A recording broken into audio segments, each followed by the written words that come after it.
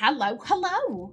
My name is Callista, and welcome back to Pillars of Eternity 2, Deadfire. In the last episode, we entered the Wildmare, which, as you can see, this isn't a bar. This is something a little bit different, okay. Now, the fire god, yes, hello, you're dancing. Can we... Oh, you're moving off. You're moving off. Madam? A fire godlike woman polishes a pair of stocks, tending to them with the fondness of a mother for her favourite child. The room is dim, illuminated only by the glow of her steel-forged skin. Her eyes burn with the light of Magrin's fire. When she hears you enter, she shoots you a look of utter contempt. I will give you an experience you won't soon forget. Tell me about yourself. I must assume the question beneath your question is how a fire godlike came to find herself in a place such as this. She leans back against a wall of chains. They clank and rattle, and she smiles at the sound. Perseverance. Being as I am, I have been forced to find it for myself. Now I teach it to others. To live in a world as a thinking, feeling creature, it is difficult. It demands strength. But we cannot always be strong. I help those who have lost their strength to find it again. She wraps a chain around her arm and tugs. The steel links glow red with forge fire where they touch her skin. Okay. And never mind. Interesting, though. Interesting. And what do we have? Okay, hello. Oh, this isn't stealing. Yoink. A burly dwarven man hums a jaunty tune to himself as he fastidiously organises his collection of scented oils. When he hears you enter the room, he greets you with a smile and a humongous outstretched hand. His grip is strong and sure. Come to seek ablutions for your sins? He slaps his knee with a bark of laughter. Get it? Ablutions? Absolution? I crack myself up. Gets me every time. He wipes a tear from his eye, still chuckling. Massage? Bath? Whatever you need. Just ask. How'd you end up here? Oh, you don't want to hear about that. I lived a boring life, so there wouldn't be much to the telling. He crosses his thick arms over his chest. A slight blush spreads across his cheeks. Indulge me. Truth be told, my real passion is pottery. Trouble is, I got these big hands.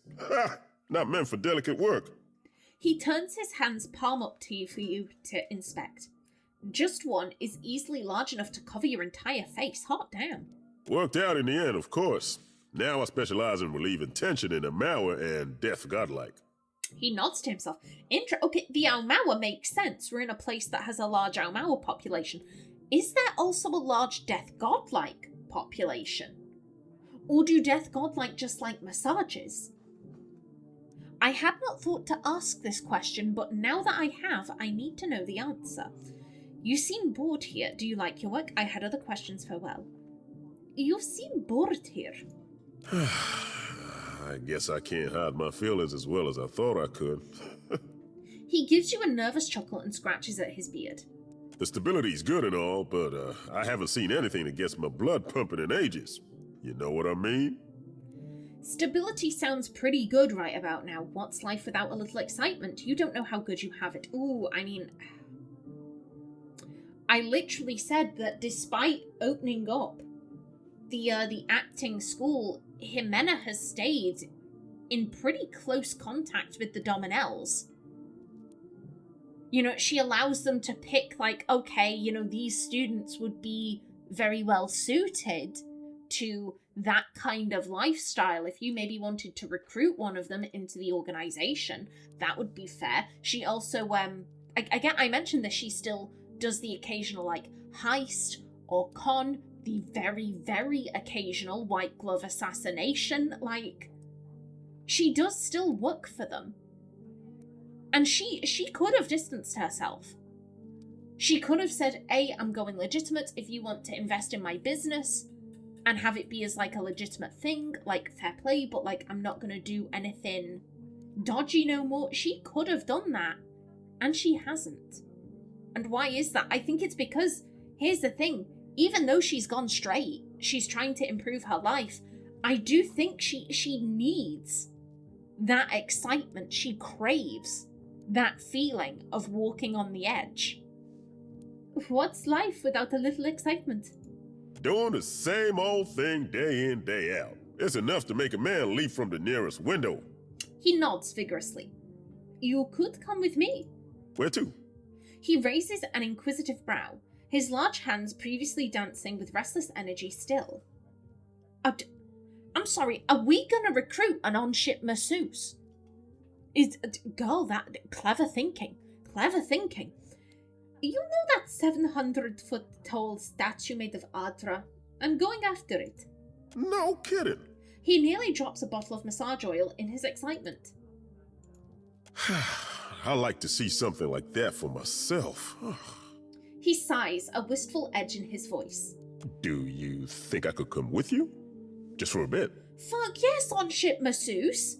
Grab your things then, and let's go. Hell, you don't have to tell me twice.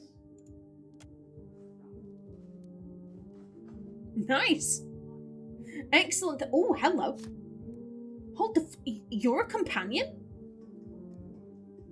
What?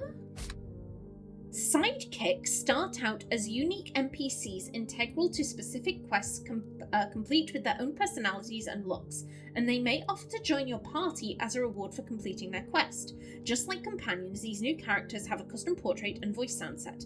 However, unlike companions, they do not have their own vision quest and will not participate in the companion relationship system. Oh, okay. Yeah, if you want to be a chanter, you be a chanter. Oh, interesting. We can only have parties of 5. In the last game, we could have a party of 6. Yeah, I think Ximena has primarily recruited you to be an on-ship masseuse. You know, she has a lot of... Sorry, what was... I'm just going back because Yeah, what's life without a little excitement? I was like, I did click the right thing. Yes, I did. I clicked the one I wanted. Yeah, I think Ximena's thought process is primarily, I want an on-ship masseuse. You know, I remember the last time I journeyed, the last time I tried to stop a potentially world-ending threat, you know, I ended up with a lot of knots in me back. So yeah, getting a masseuse for the team would be wise. Oh, Eothas, your friend is working again. Eothas is probably looking at the floor.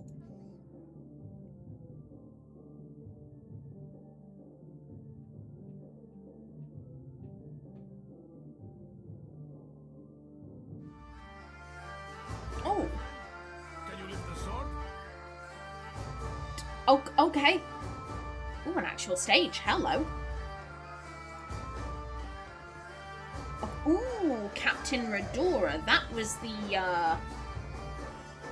Yeah, we got dancers. And people are very excited. Okay, I'm just like, there are a lot of NPCs here. There are a lot of NPCs here. There's a lot to see, a lot to do. Okay, yes, this was the guy that Zamar was talking about.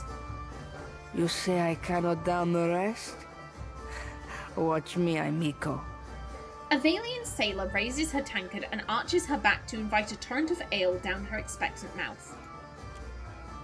Holding this pose with nothing to show for it, she taps the tankard's base and furrows her brow at its apparent emptiness. Her companion shakes his head and focuses attention elsewhere. Madico, it is no wonder I thirst. As she wipes her mouth with the back of her hand, her eyes widen and meet yours. This is not a temple I expected the gods to frequent. Hello. She gapes at you and swallows. Your next grog is on me. Benevolent. Yeah. You don't seem to be having as much fun as the rest of the clientele. The fun ran dry with the coin. She manages a wan smile. When the dancers see more than an empty purse, I will be a content Randora. She sighs up at the stage. Interesting, can't we... Farewell. I could have sworn,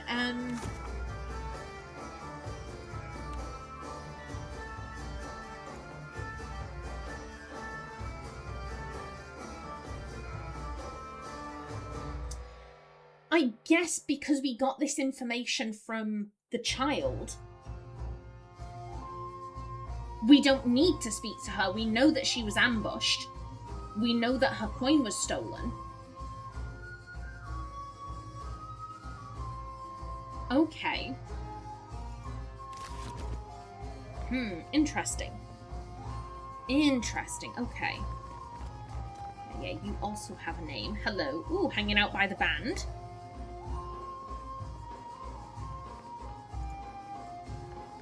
Ado, my friend. I knew our paths would cross eventually. A Vailian shouts over the din of the wild mare to get your attention, turning a great many heads to study your exchange. He takes a hearty swig of his tankard. Do I know you? Wink. I bet you say that to all your clients. Clever. Sorry, I'm here for pleasure, not business. No, we actually are here for business. I'll bet you say that to all of your clients. Que? No, you mistake me. I am not one of the courtesans. Tell me, you are the one who sails that fine ship, Ak? Terrorize the docks with spirits, Ak? Leaning in close, he sips from the tankard and loudly sucks moisture from his upper lip. Who's asking? Ximena, captain of the Defiant, at your service. Please step away. The sound of you drinking in my ear is repulsive. Say nothing. Who's asking? I am Aboko, and I am positioned to offer... I have opportunities for... He clumsily unfolds a sheaf of parchment. The tankard slips in his grasp and he spills ale down the front of his trousers. He gawks down at himself in horror. 1,000 times I practice my speech. Merda. Never did it go this poorly. You were saying, stoic, just tell me what you want. Rational. Here, you need this more than I do, Benef. Just tell me what you want. I am supposed to be in the business of giving bounties, but I know no one who hunts them. He stamps his feet, kicking up a spray of spilled ale. No one will unfurl their sail for my humble payments. But I must start from the bottom and work my way to the top, Ak? What bounties do you have available? You'll get there someday. Benevolent. I don't think this is your line of work, honest. Oh.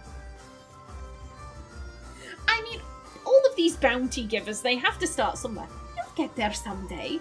Agrasima, my friend. If you are ever lacking in drinking money, you know where to look. He sighs down at the mess of his trousers. You seem down on your luck. It is true that I have stumbled in my career path. Abako clears his throat. Now that I have such an accomplished hunter, I can stand in the long shadow of your success. He claps you on the shoulder. It's not all bad, but the momentum of meeting new clients over drinks and in such enchanting company, it drains the stamina, my friend. What bounties do you have available? You will take the job? You will take the job. He grips you by the shoulders and smiles, tears springing to the corners of his eyes. Yo, if you're offering money, I need money. Agrasima, something special for my first hunter then. He drains the tankard and tucks it under his arm to retrieve his sheaf of notes. I will start you on Meriel, the mad animancer. She tortures her victims with unspeakable treatments before casting what's left to Berath's will. Yeah, I've already done this. Buddy, I've already killed this lady. My contact saw her leaving Port Mage and heading west of Mage Island. She joins the goddess of death in the beyond.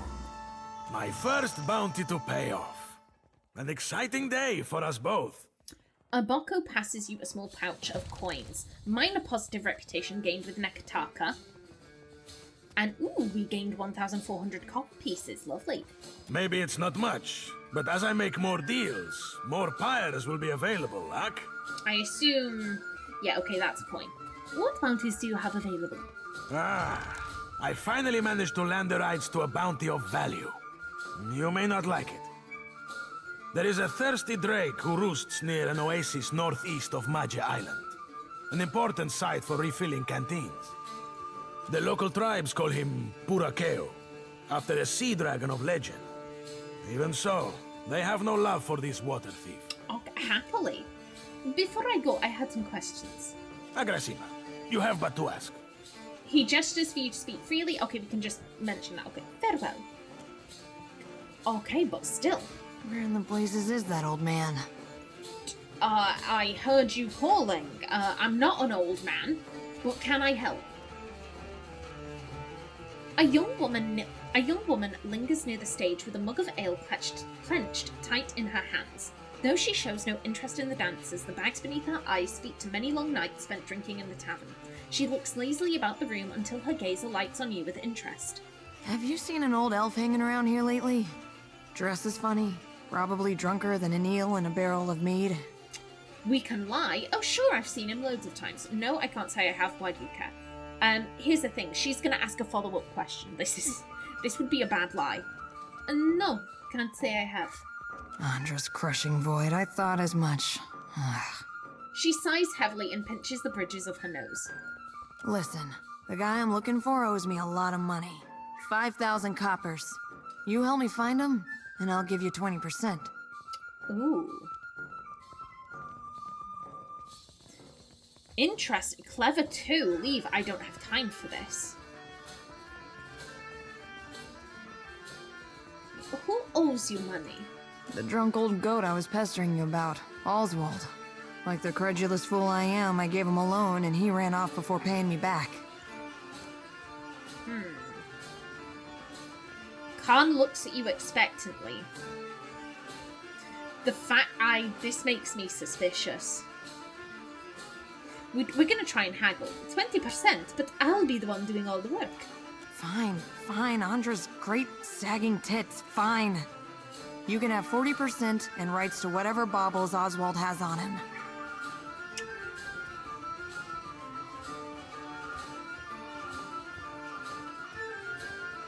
I don't strap on my adventuring boots for less than half, lady. How about this? I give you 60% and we never discuss this again. This is weird. This is weird.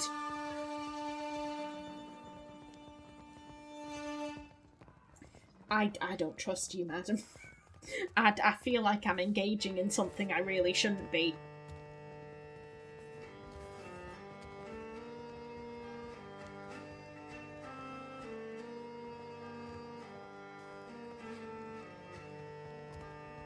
The fact that we get it, this is a clever option. Which, like, oh, you're clever enough to realise, oh, I shouldn't be fucking about with this. I don't trust this. I don't trust this. But this is Ximena and she needs money. And I think one of her greatest weaknesses is that the phrase curiosity killed the cat really does apply to her. She's like, oh, there's something going on here. I need to know what the fuck is going on. A deal. Haggling for the fun of it not keeping you busy enough? She winks. The man I'm looking for, Oswald, was especially fond of one of the courtesans upstairs, Eothas. Maybe you can get more out of her than I can. She refuses to speak to me, the snippy little cur. Have you tried being nice? She wasn't receptive to my particular charms. Let's see you do better.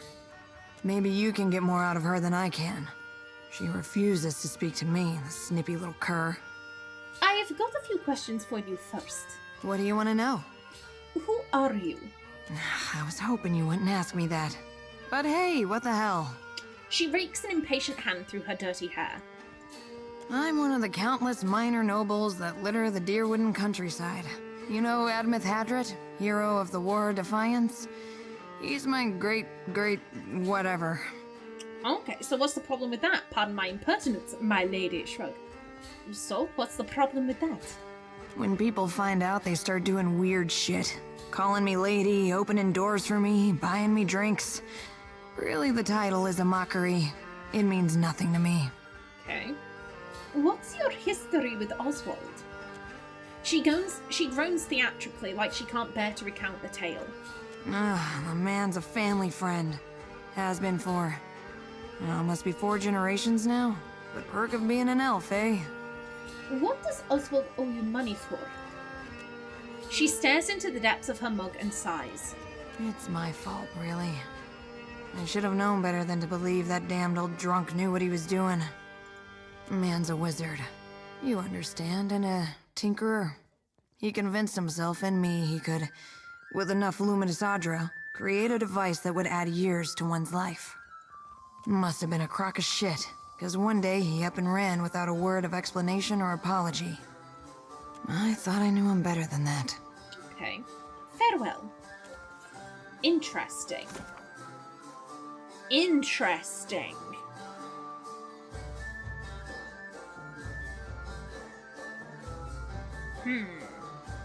Okay. Okay, we will deal with that a different time. We picked up the quest. That's good enough for me. This is all theft. Ooh. Oh, and there's a dancer there. I do apologise. I'm nosy. I need to explore.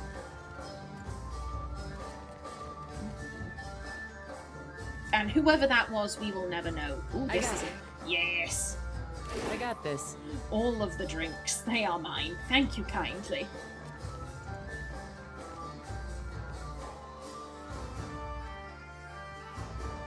Okay, and there's the barkeep. Hello, sir. Hail and welcome to the Wild Mare, friend. A jovial man at the bar grins and motions you closer. His arms are corded with thick muscle and cross-hatched with scars. Now, what can I do for you? Show me what you have for sale. You see anything you like, you let me know. Okay, so we have... Oh. Okay, but do you have... Okay, you have... Ooh, hello, this is a pretty colour.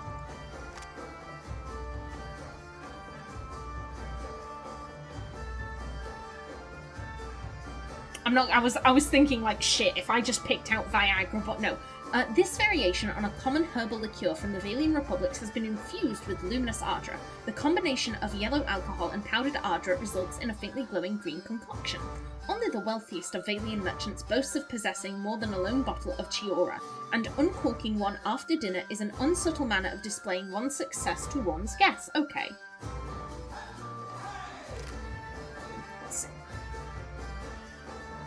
But why is it so cheap compared to the Merc Brew, or the Seafood Stew, or the Yolk Bowl? Okay. Yeah, we don't need to rest up. We don't need to hire a man or woman for the evening.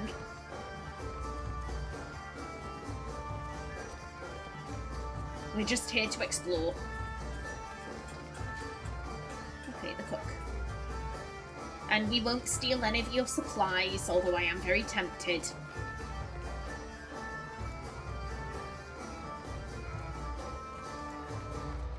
Okie doke, but there we go. Okay, I'm thinking, I kind of want... I'm kind of intrigued by... Where was it?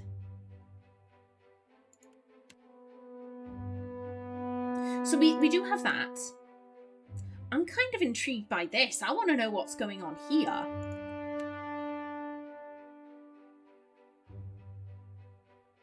We are right next to the Vailian Trading Company's office, though, so you know what? What have you been up to, Eothas, since we left Twin Elms?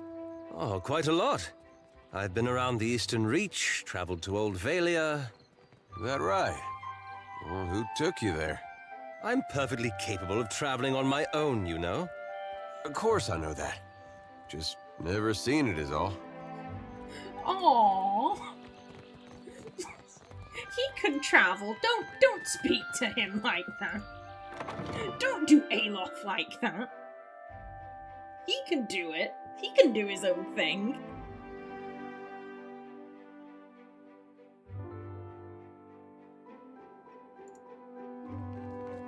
Now then, ooh, oh flip. Okay, this is bigger than I assumed it was going to be. Okay.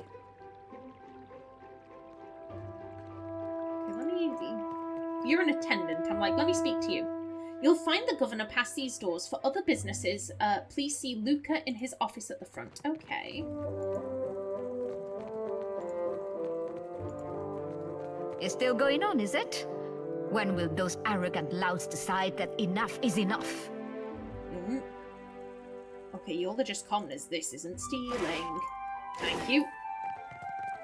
Okay, that's a pluck. Isn't this something? Okay, that's classy as fuck. That's a painting safe. That's classy as fuck. But again, we can't lockpick for the sake of lockpicking in this game, and that makes me sad. Hello. Yeah, I'm assuming. Oh. Consider it done. Every leaf of parchment is coated in dense jargon, so we know there's a forgery that's been locked up in here. Okay, let's try and speak with you first.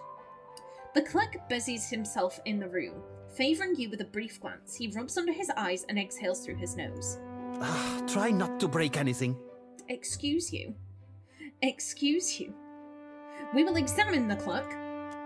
Luca's shirt is spotted with a number of faded purple stains that you recognise as droplets of wine. Someone has tried, unsuccessfully, to wash them out.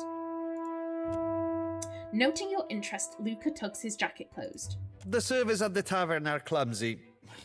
Most clumsy, indeed. He clears his throat and fans at his neck. What is this place? Stumbling from the street, I see. Luca sneers and surveys you with a patronising look. This is the heart of the Vailian Trading Company.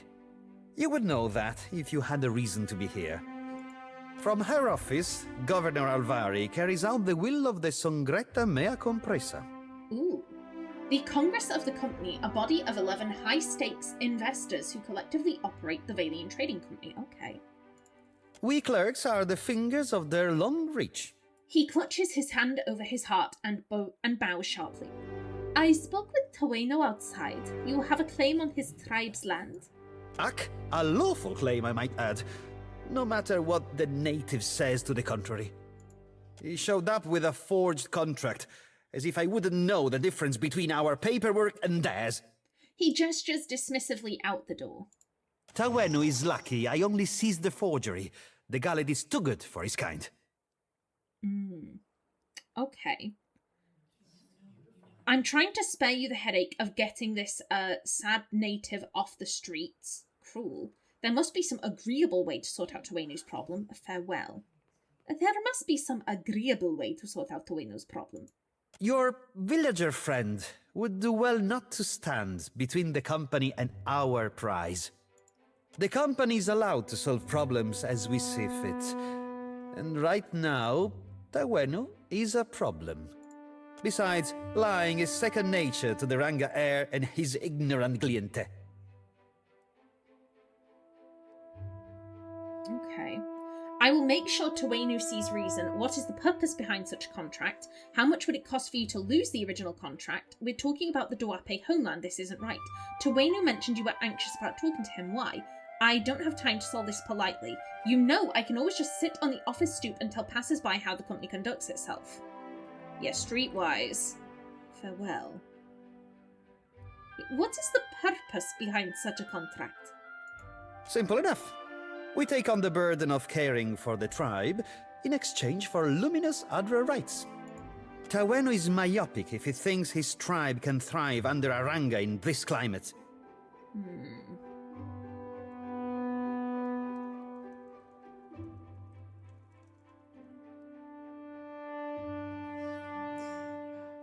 Okay, so from what I understand, so the Duape signed this contract. Just think, they'll take care of us. This is great. However, under the contract, once the guy who signed it dies, the Duape homeland becomes property of the Vailian Trading Company. That's how I'm understanding this. And the Duape didn't realise this. And so now they're going, oh shit, all of our land is going to be taken from us. Like, what do we do here? We're talking about the Duape homeland. This isn't right. This is the homeland they signed away for money, Ak. I can almost guarantee the company will put it to more dignified use. Keep negotiating like this and you'll drive the Huana into the arms of the Royal Deadfire Company. Okay, a trading company owned by the Rauataian government and largely staffed by current and former members of the Rauatai's considerable navy. It imports staple foods and commodities to the resource pool Rauataian mainland. Okay. Yeah, like, here's the thing, you're pushing hard for this. But here's the thing, the Duape, like, start telling their friends, oh, the Vailian Trading Company, they weren't respectful of our, you know, our native beliefs. They stole our land from us. Then those clans will go, oh shit, the Vailian Trading Company, they're dicks.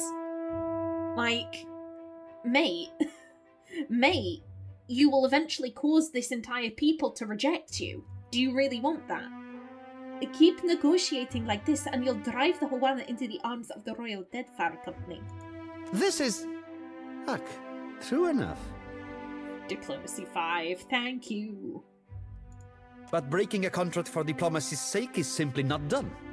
Luca worries his brow. Would you prefer to reason with my fist? Aggressive. The company loses nothing by letting go of an island they never had.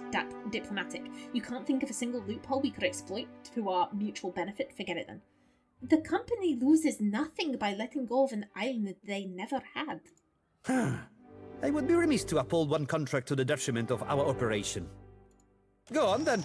Some of us have more important duties. Excellent. Sweet. Okay, let us go and give him the good news. And then we will bring this episode to an end right here.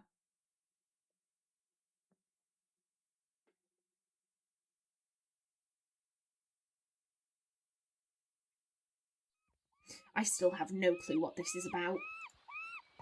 Akira, you return. What say, friend? Tawenu touches his brow in greetings. Luca listened to reason. The Duape will keep that island. Tell your Ranga that his village is safe from the outsiders. On second thought, I'll return later. Yeah, let's not make this outsiders versus insiders. Just the company have said, yeah, we weren't thinking right. Have your shit back. Luca listened to reason. The Duape will keep their island. Akira, I cannot believe. A light after our long sorrow. His smile broadens and Tawenu slaps your shoulder with encouragement. My village is modest, but I came prepared. I set aside a few gems for trading. They are yours by right. Thank you. I'll accept whatever payment you have to offer. No charge. Hold on to it. Teaching the Vailian Trading Company is a lesson is well worth the effort, honest. Well, we have nothing against these people. Seashells from the natives. Isn't this quaint? Cruel? I'm like, what an arsehole move. Yeah, Hawana minor negative. That's all. I assume you paid for food in Ekataka. Give me what you have left. Rational. Hawana minor... What the hell? Again, how is that rational? That's a dickhead move.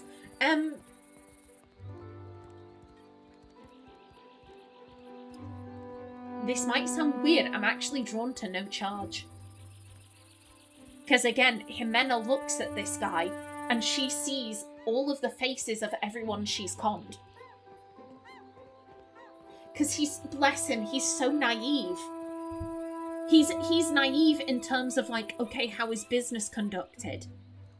You know, his people signed this dodgy contract without looking at what it means long term. He then came here looking for help, where he then purchased a forgery, not realizing that he was buying a forgery. Like, this is exactly the kind of person that Ximena has taken advantage of time and time again. And she does feel guilty about that. She can't go back and make it up to everyone that she's ever fucked over. If he was slightly more streetwise, she'd be like, yeah, give me that money. But he's so naive, bless him. He's so innocent.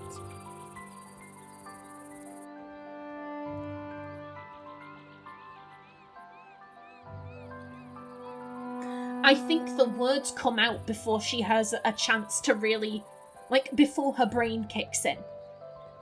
She rejects the money, and then she probably, hasn't been like, oh god, am I feeling well? I just rejected money. I just rejected money, dear god. No charge. You are a friend of the Duape. We do not forget. Fuck you! Tawenu smiles, rolling his shoulder with the ease of one who stands suddenly taller. Eothas nods, a quiet smile etched across his lips. You ever thought about changing the color of your fur? Merkberries will stain your skin for weeks. Oh, think I were born blue, eh? Think being this pretty come natural? Well, dang, Seraphim. I never knew you were so fancy. Yeah, but mayhaps I'll be giving them Merkberries a go. Ain't never been maroon before. Okay. You dick. Aloth, why? But still, Ximena is questioning, like, am I ill? Do I have a fever? I just rejected money, goddamn. But yes. Yeah, she felt guilty when it came to Tawenu. She's like, I've taken advantage of you many, many times over. Not you personally, but people like you. And, yeah, she needed to assuage her guilt a wee bit. Alrighty then, in the next episode, I think we will go looking for the Bardato boy. But until then, please remember to like if you enjoyed, leave a comment below, and if you wanted to subscribe, it would be very much appreciated. A special thanks to my channel members such as SM2K, Christopher K. Davies, CGG, Kevin Bicknell, and Cyril Nomal. I've been Callista. Thanks for watching, and see you in the next episode.